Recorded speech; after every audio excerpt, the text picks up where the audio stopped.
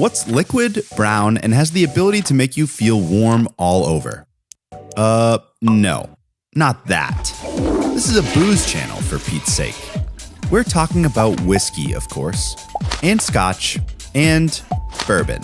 Because they're basically all the same, right? Au contraire, young grasshopper. Let's take a closer look. What makes whiskey, well, whiskey?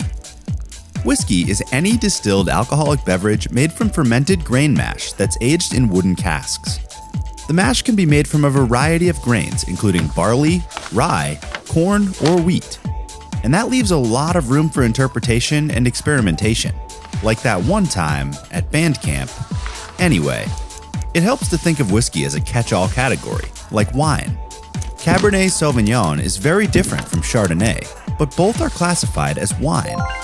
Same principle applies to whiskey. Scotch and bourbon are two very distinct spirits, but both technically fall under the whiskey label. So all scotch is whiskey, but not all whiskey is scotch. And all bourbon is whiskey, but not all whiskey is bourbon. Make sense? Great. Since both scotch and bourbon are technically considered whiskeys, let's drill things down a bit and do a side-by-side comparison of what makes the two so different. Country of origin. Even though scotch and bourbon are both whiskey, there's an ocean-sized difference between the two. We mean that quite literally. See, according to the Scotch Whisky Act of 1988, that's whiskey without an E, by the way, scotch must be matured in oak casks for 3 years or more in Scotland.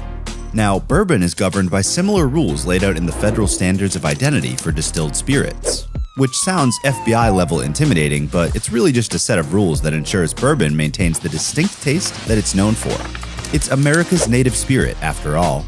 And one of the rules of engagement is that in order to earn the bourbon label, your whiskey, that's with an E, must be made in the US of A. ABV requirements. So, what about the heat? Well, let's turn back to the good old Scotch Whisky Act. According to the Act standards, a whiskey must be distilled at an alcoholic strength by volume of less than 94.8% to be considered a Scotch and have a minimum, yes, minimum alcoholic strength by volume of 40%. Stateside, you've got to make sure that your bourbon doesn't enter the barrel at anything higher than 125 proof and can't be bottled at anything less than 80 proof. What's in it? For both Scotch and bourbon, turns out, it's not a whole lot. If you're looking to nab the official Scotch label, the Scotch Whisky Act says that your spirit must be noticeably absent of any added substances that aren't water or plain caramel coloring. In bourbon's case, the US turns things up a notch. Absolutely nothing can be added to your hooch except for water. Yep, even spirits need to stay hydrated. Moral of the story is, being related doesn't mean being identical. You can love your crazy cousin Glenn without sharing his Star Trek obsession, right? Same goes for Scotch and bourbon. Even though they're part of the same whiskey family, each one stands as its own unique spirit. And that's something worth toasting to.